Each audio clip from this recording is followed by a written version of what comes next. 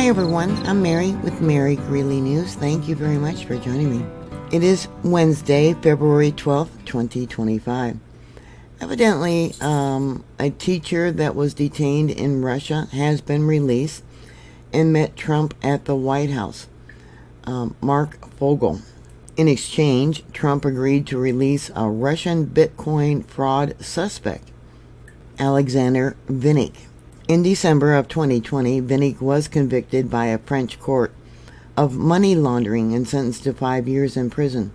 In May of 2024, he pled guilty to conspiracy to commit money laundering before a San Francisco federal judge.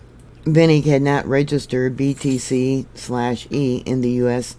as a money service business, despite having several customers in America. And the Department of Justice had said his case showed just how far the department could reach to thwart cyber criminals around the world. After meeting with President Trump, Pennsylvania teacher Marc Fogel called President Trump a hero. In his remarks, since the Commander-in-Chief administration secured his release from a Russian prison. Fogel said, "I want you to know that I am not a hero in this at all. And President Trump is a hero. These men that came from the diplomatic service are heroes," Fogel continued. "The senators and representatives that passed legislation in my honor to get me home are the heroes." Fogel was initially arrested for having medical marijuana. Well, people should know you can't take marijuana or any type of illicit drugs there into Russia.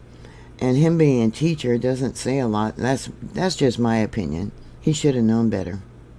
Fogel had been detained for the last 3.5 years in Russia after being arrested with what he claimed was legally prescribed marijuana. National Security Advisor Mark Waltz announced earlier in the day that the president, Special Envoy Steve Witkoff, and other Trump advisors successfully negotiated an exchange for Fogel that services as a show of good faith from the Russians and a sign that we are moving in the right direction to end the brutal and terrible war in Ukraine. Trump described the terms of the deal with the Kremlin to free Fogel as very fair and very reasonable. The president also suggested that it could be a major part of negotiations to end the nearly 3-year-long war in Ukraine. Trump would not say if he spoke directly with Russian President Vladimir Putin about securing Fogel's release, but expressed his appreciation for his counterpart in the Kremlin. Fogel noted that Putin was very generous and statesmanlike in granting me a pardon.